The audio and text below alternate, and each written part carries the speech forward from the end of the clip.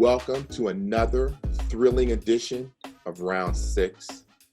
Our main fight is the showdown between Kell Brook and Terence Crawford. And there's a lot to talk about. Folds from his oh my! Kovalev's not even committing to it. There it is. Kovalev's hurt. Kovalev's down. But there are people in boxing that will tell you that Devin Haney is the most talented of these young lightweights. So gentlemen, let's get started with this. Before we talk about Bud and Kell, let's go back a little bit. We want to do a recap and talk about some of the news of the day. So I came up with something called them's fighting words. I'm going to make a statement and I'll let you guys come in after me and we'll see where it goes. Tank Davis proved he is the truth when it comes to that 135, 130, 135 division. He has two belts to show it. Digital.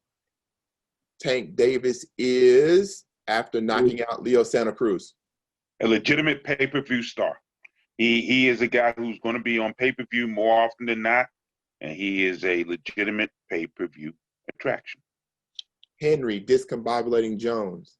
That uppercut was good segue for me to say that he is the most explosive puncher in all of boxing. This could hurt. Reminded me of when Thomas Hitman Hearns hit Martin Raw Dog Payne in the episode of Martin and watched him go. Touche. Fight drew between 200 and 225,000 views.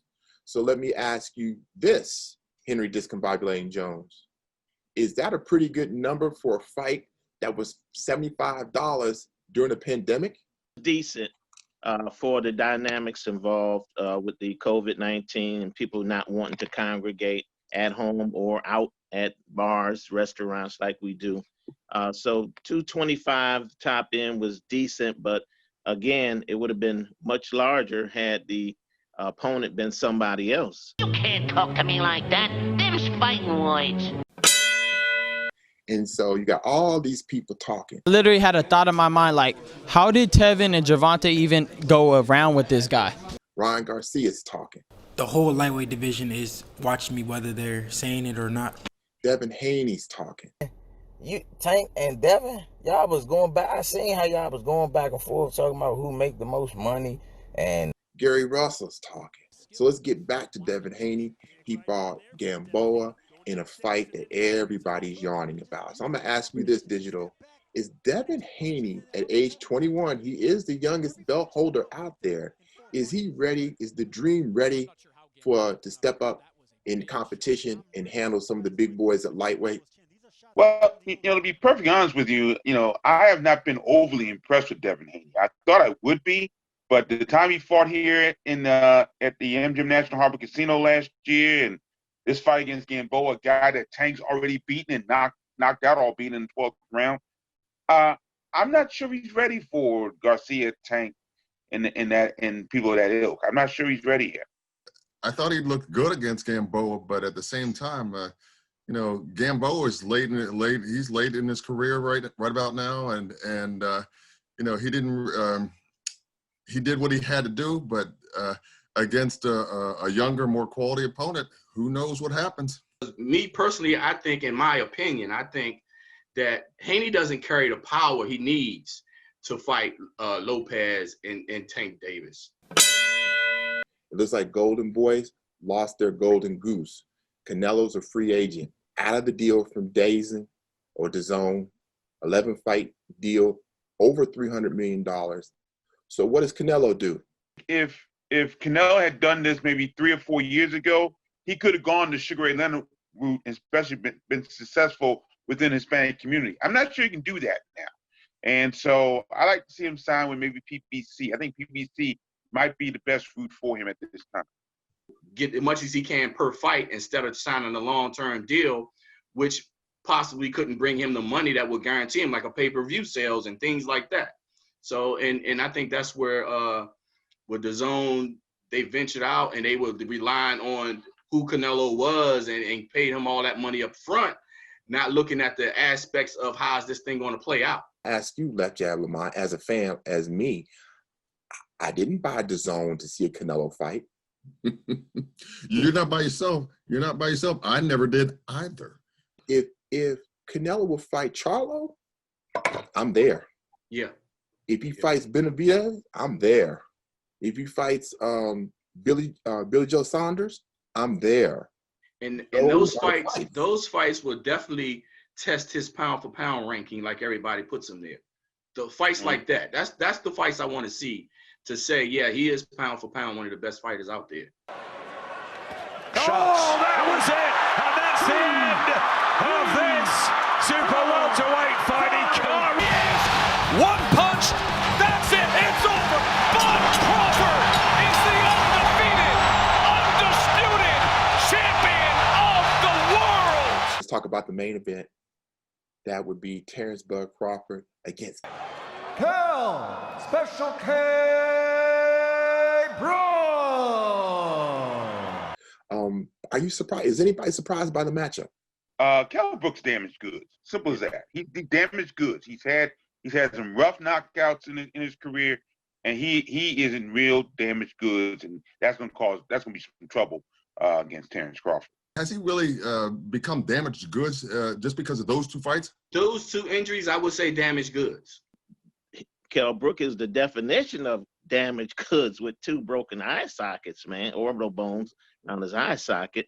And certainly, they can become damaged again. And Terence knows that and don't think he won't target that. He's mean. He's on my pound for pound list, top 3, no doubt about it.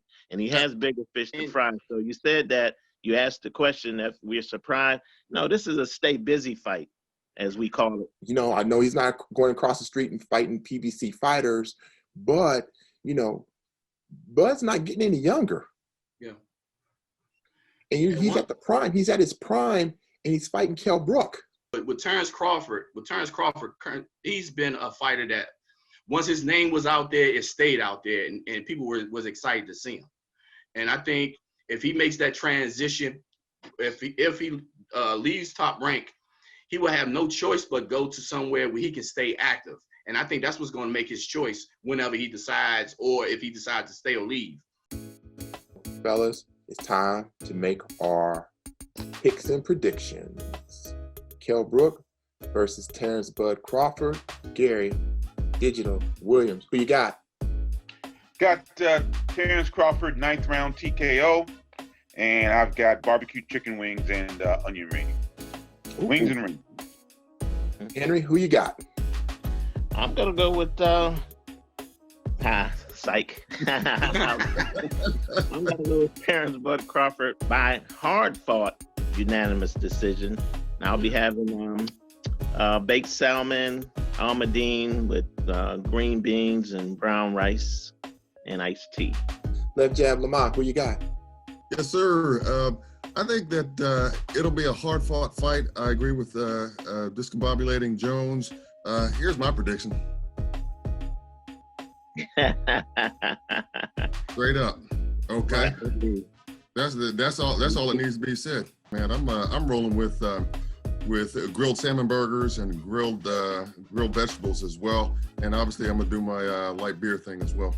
Hey Juan, who you got? I have Terence Crawford with a fight similar to what Errol Spence did with him.